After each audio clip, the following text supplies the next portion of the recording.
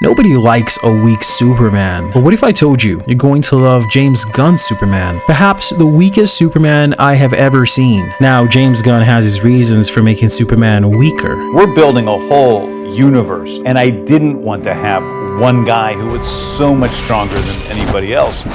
Yeah, having a less powerful Superman would give purpose to the rest of the characters, but I think a weaker Superman has an even deeper and much more fascinating effect on the DC universe. To truly see that effect, we first have to understand what makes Superman so super.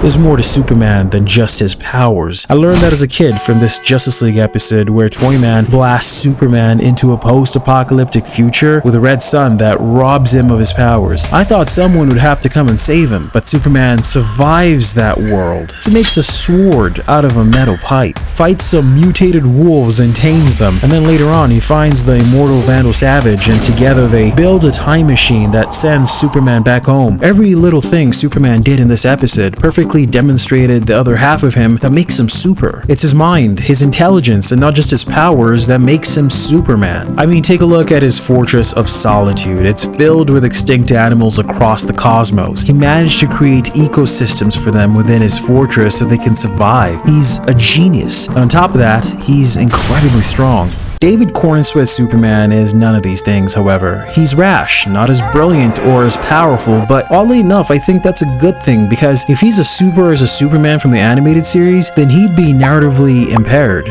In my last video, I talked about how the DC cinematic universe needs to escape reality so that characters like Batman can finally look right on screen. But what I didn't mention is that the DC cinematic universe also needs continuity. In the Justice League cartoon, after Superman got back from the post-apocalyptic future, the very next episode carried on like nothing ever happened. But on the other hand, whatever happened in James Gunn's Superman movie has ripple effects that shape everything in this world. Point being, the animated universe is episodic. The cinematic universe has continuity. What all this means is that the characters in this new cinematic universe, characters like Superman, can't afford to be narratively impaired. They need character progression. For instance, let's take a look at Henry Cavill's Superman. He starts out as strong as any Superman is. I mean, he was strong enough to beat General Zod and the Kryptonians, and he didn't bleed while doing it either. He single-handedly beat the Justice League like it was nothing. And worst of all, his character was deeply flawed. How many times have we seen these scenes of him letting the carnage happen? In fact, enabling the carnage and then making out with Lois Lane after half of Metropolis is ground to dust. There was absolutely zero character development left for Henry Cavill's Superman after Man of Steel. And sure enough, he was exactly the same as he was before in Batman vs Superman and again in Snyder's Justice League. And that makes no sense because so many people lost their lives in the first movie. How is he still the same person in the next movie? This is Superman we're talking about here. I feel super sad to say it because I love